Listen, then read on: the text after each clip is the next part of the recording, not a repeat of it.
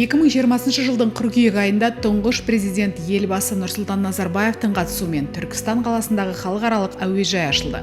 Халықаралық әуежайдың құрылысы мемлекеттік жекеменшік әріптестік аясында жүзеге асырылды. Қаладан 20 шақырым жерде орналасқан әуежай заманауи технологияларды қолдана отырып, халықаралық стандарттарға сәйкес салынған. Әуе айлағын салу үшін 102 бірлік арнайы техника мен 300-ден астам құрылысшы жұмылдырылды. Халықаралық әуежайдың жалпы ауданы 905 гектар құрайды.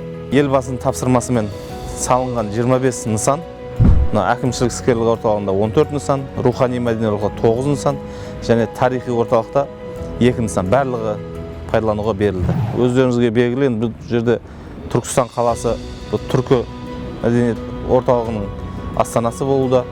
Соған лайықты қызмет атқару үшін 1,5 миллионға тиіс туристер келуде жылына.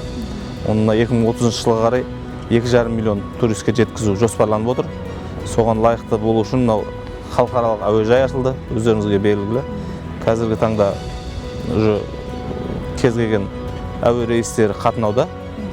Қазақстан, Астана, Алматы және де Самарқанд, Стамбул, Қырғызстан, Манас дәл осы жерден қатынауда қазіргі таңда. Өздеріңізге белгілі, қазіргі таңда стратегиялық өте жоғары нелер және керуен сарайы өздеріңізге ашылды.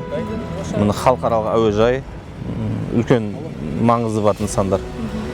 Қазіргі таңда эко-базар салынуда. Бұл жерде өте тиімді. Өнім өндірушілер тікелей келіп өз өнімдерін сатып алады сол жерде. Керуен сарай қазіргі таңда 2020 жылы пайдалануға берілді.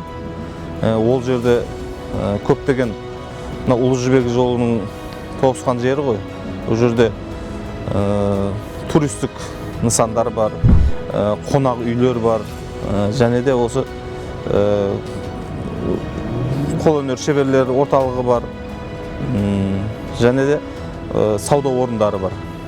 Ол жерде көптеген Түркістан халқы үшін өте маңызы зор, көп жұмыс орындары ашылуда ол жерде, өйткені туристерге қызмет жасау үшін.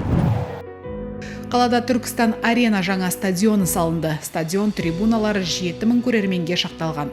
Ғимарат батыс және шығыс трибуналары бар ашық арена түрінде салынған. Спорт нысанында акробатика, бокс, ауыр атлетика залдары да бар.